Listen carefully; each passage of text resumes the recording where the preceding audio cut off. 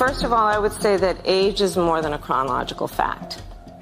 I spent a whole lot of time with our president, be it in the Oval Office or the Situation Room and in other places. And I can tell you, as I just mentioned, not only is he absolutely authoritative in rooms around the globe, but in the Oval Office, meeting with members of Congress, meeting with leaders in industry, meeting with community leaders, I will tell you that he is in front of, often, everyone in the room in terms of thinking about how we can resolve issues, negotiate in a way that is about concession where necessary, but for the sake of accomplishment and actual work. Let me ask you in a more complicated way. I think there's a lot of people would say she can't say anything else. She couldn't tell if there was a problem. I'm not lying.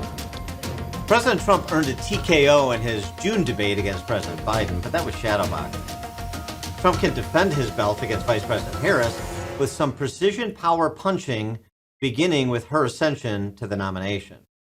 The conventional wisdom is bringing up Biden's departure gains Trump nothing, which befits the old saw that the conventional wisdom is conventionally wrong.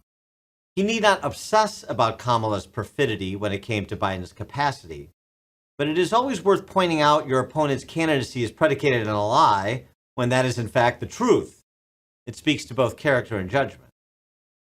When Kamala told Aaron Ross Sorkin in that exchange you just saw that she wasn't lying, we now know she was either lying about the amount of time she spent with Biden or lying about his condition or both.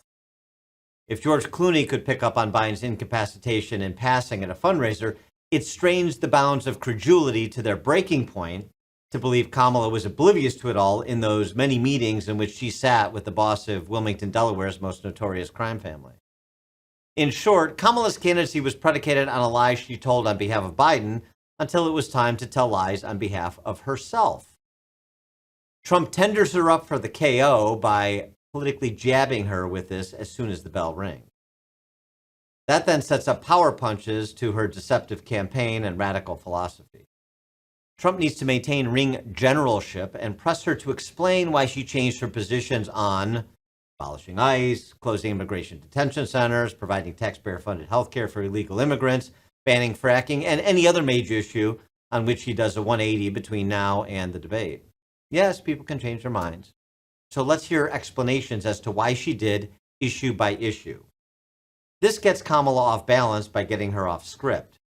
She's going to either have to regurgitate canned responses, which will come off as such, or think on her feet, which is normally where she drops her hands, drops her G's, and exposes her weak chin with a cackle.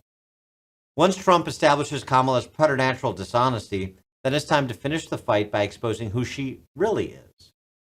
She is the cipher for the radical leftists who constitute the power center of the new Bolshevik Party, just as was Obama and just as was Biden. And so is her oafish cornerman, Tim Walz, by the way. Trump might query Kamala about things apparatchiks say, like, for example, Walz's statement that one man's socialism is another man's neighborliness. That's a quote. Trump might also question Kamala about Walz's anti-meritocratic attack on America by way of J.D. Vance. Like all regular people I grew up with in the heartland, J.D. studied at Yale, had his career funded by Silicon Valley billionaires, and then wrote a bestseller trashing that community. Come on! That's not what middle America is. And I got to tell you, I can't wait to debate the guy.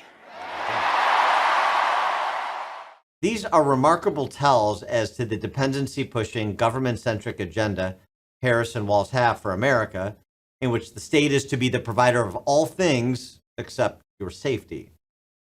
If Trump can maintain the discipline of presenting as a pragmatic problem solver, both retrospectively and prospectively, while avoiding the wild identitarian swings Kamala is bound to take, he can walk her down by hitting her on her mendacity and then exposing for whom she truly fights to finish her off. I'm Dan Proft with the Counterculture Commentary.